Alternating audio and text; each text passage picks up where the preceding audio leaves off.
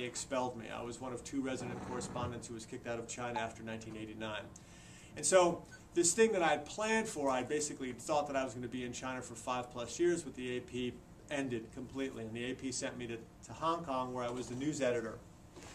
And from that moment on, pretty much from 1989 until 1997, I did nothing but war situations. So from 89 to 92, I was with the AP doing first Gulf War, Vietnam's withdrawal from Cambodia, a lot of Afghan duty, the Sri Lanka problems, basically doing what we call in the AP shithole duty, bad places for long periods of time. And in 92, the Post decided, well, might as well hire me.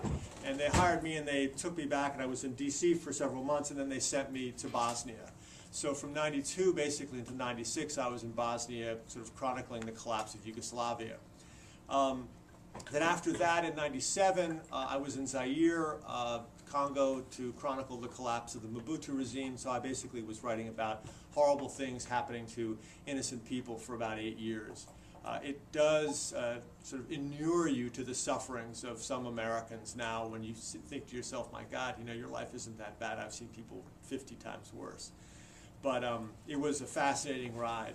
In 97, a opening occurred in the Beijing Bureau, and the Post put my name in. Obviously, the Chinese, like any elephant, any good elephant, have a long memory. They said, we don't want this guy, but the Post has a lot of political heft. So Mrs. Graham put her backing, backed me to the hilt, and the Chinese relented, and so I was allowed to return to China from 1998 to 2004. Took a time off to write a book about China, and then I came back to the States, first landing on the West Coast to be the West Coast correspondent of the paper, and now, as of 2007, I run the Outlook section.